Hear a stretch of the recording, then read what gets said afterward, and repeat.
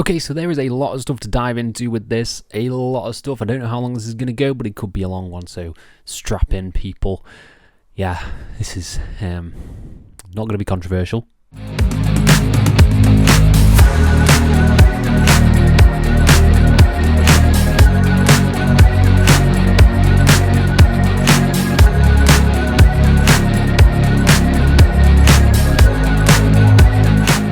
Hello and welcome to FTTR, I'm Ian McQuaid, and today we are talking about WWE versus AEW versus TNA and this weird counter-programming war that's going on, and we're just going to unpack all the stuff that's coming out about that and all the, just shit. No other word, it's just shit. It's a weird situation, and yeah, we're going to talk about all that in just a few moments. But before we do, please subscribe, please like this video, please comment your thoughts down below, and I'll try to apply to every single one of them as we dive into this. Starting with the overall vibe. So it was reported by Dave Meltzer himself that WWE are actively looking to put AEW out of business using counter-programming techniques to sort of devalue AEW and get them a lesser TV deal when the rights come up with WBD. Sure, I don't know how that benefits the industry, but sure, do what you like. And it has now been revealed and sort of reported that there are more counter-programming tactics that are going on with WWE, with AEW, and almost using, TNA as a sword to do that, using it as a weapon to try and take down AEW. This, to me, is bizarre. It's a really weird just thesis and just sort of like idea that WWE have. Like, I don't understand, well, I do understand corporations and the benefit of a monopoly to them, but to an industry, monopolies suck ass. They are so crap. There is no point in a monopoly. A monopoly is bad for all industries, regardless, and for some reason WWE want a monopoly. And the counter-programming measures that have taken place this year, we're going to dive into a few of them that have happened right now, starting with the All In Texas stuff, where they booked an entire weekend of shows to try and take away from the buzz and the pay-per-view sales of AEW All In. They booked an NXT show, Evolution, which, sure, do that to the women's roster, and they booked Saturday night's main event with the retirement of Goldberg, all going up to take away the buzz from All In Texas. All In Texas then went on to have a load of pay-per-view buys and was a critical success as well, so it didn't work. Next up, Forbidden Door. Forbidden Door is coming up this weekend, and WWE booked an entire UK tour and pay-per-view in Paris, coincidentally on the weekend or around the weekend of Forbidden Door, and that being the Raw takes place in Birmingham, I think the day after Forbidden Door, and I think there's the SmackDown in Paris is the Friday after, and then Clash in Paris is that. It's a very similar time frame to Forbidden Door to take away viewers, people making the trips from different countries in Europe to go for Forbidden Door. Forbidden Door currently is like the third highest gate in sort of non-WWE pro wrestling history, I think. Again, it didn't work. And now we're coming on to the hypotheticals. We are coming on to the reported ones that WWE are apparently doing in the future. The first being for All Out. And All Out is very soon. All Out, I think, is the end of September. We're probably going to get there. I think Edge and Christian winning the tag team titles. It's in Canada. All Out has already been announced. But there is a show yet to be announced, presumably Bad Blood from WWE, which is going to feature Brock Lesnar versus John Cena on their retirement tour. That is being used as a way to counter-program against AEW's All Out and draw buzz away from that. That, to me, I just think is ridiculous. I don't see the crossover too much. I think that's the issue with all these counter-programming things. I don't see the Venn diagram. I don't see the crossover.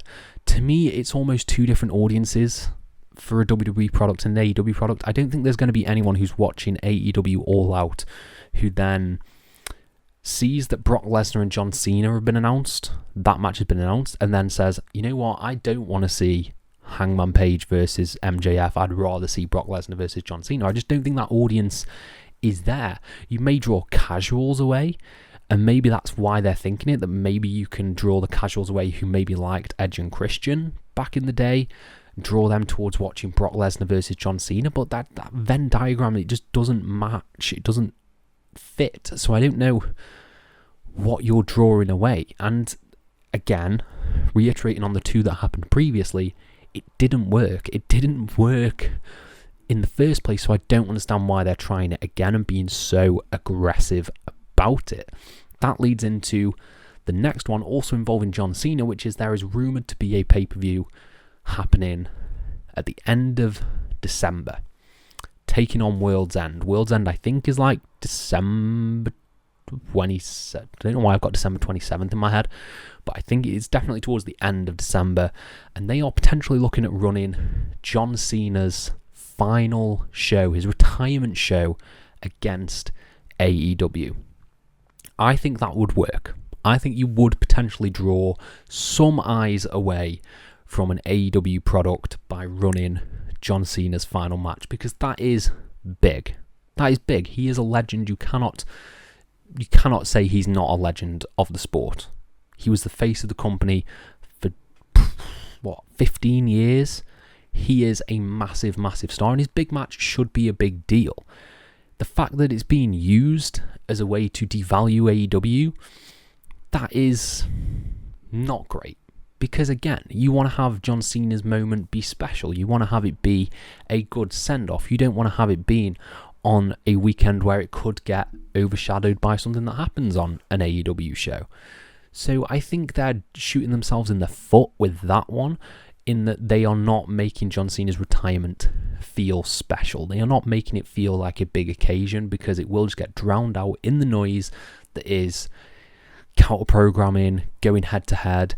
If anything, the counter-programming stuff, WWE would make a bigger impact by just doing their own thing. The fact that they are actively doing this has people like me talking about it, has, the wrestling, I don't want to say IWC because it makes me sick, but just fans talking about the counter-programming stuff.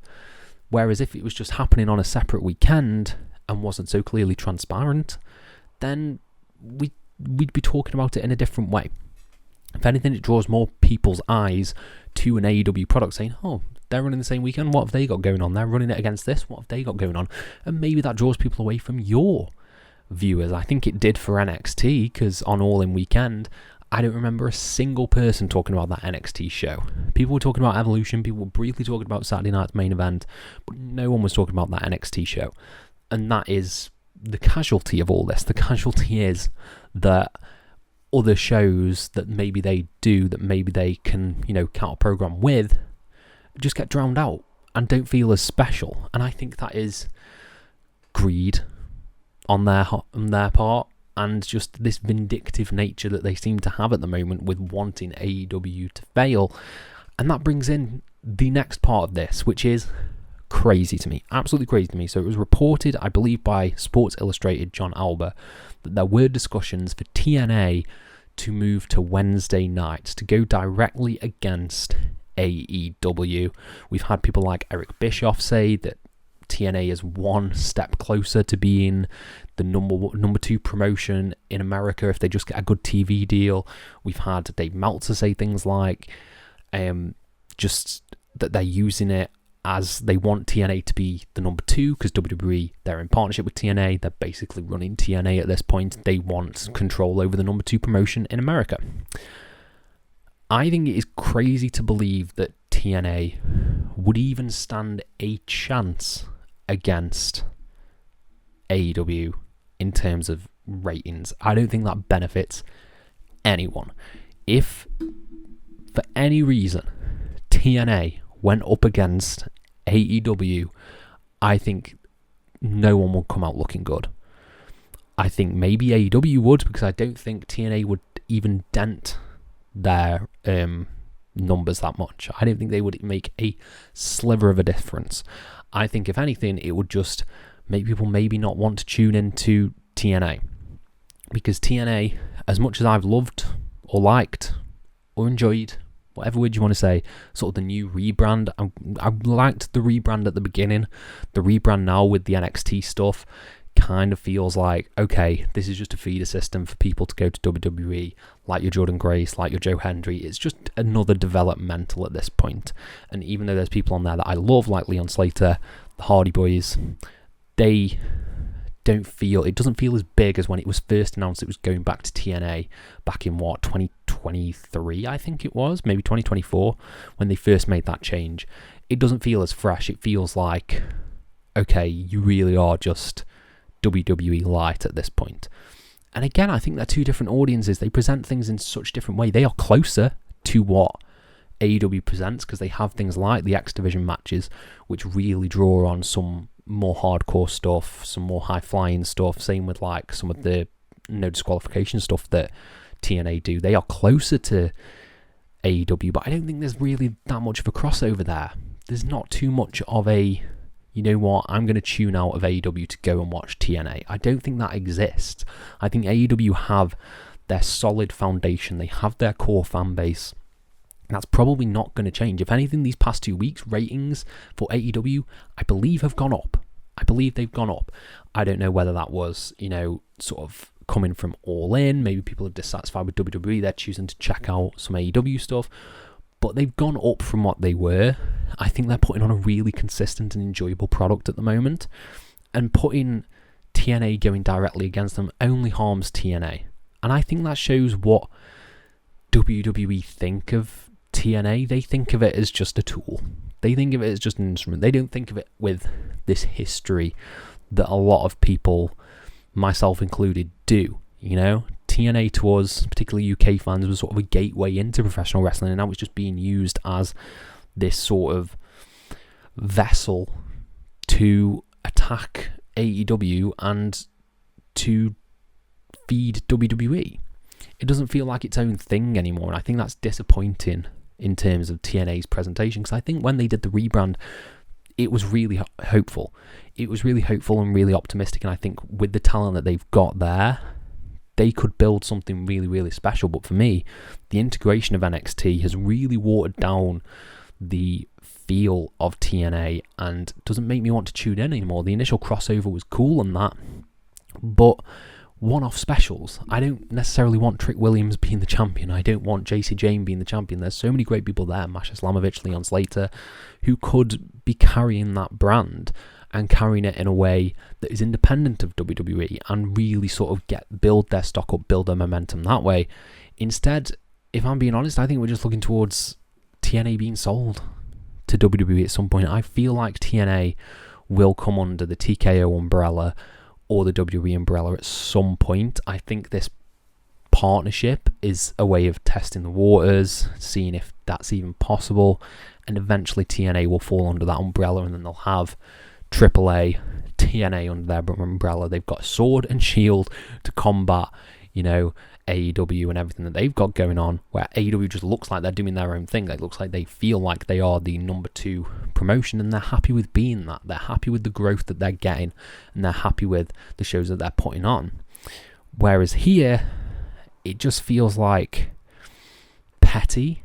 It feels petty for the sake of being petty. And if I was to do some sort of psychoanalysis stuff, I think that Triple H he's still just hurt from, the Wednesday Night Wars, and he's adamant that he's going to put AEW out of business. And I don't think he will put AEW out of business, because I think even if they don't get a deal with WBD, they will easily get picked up somewhere else.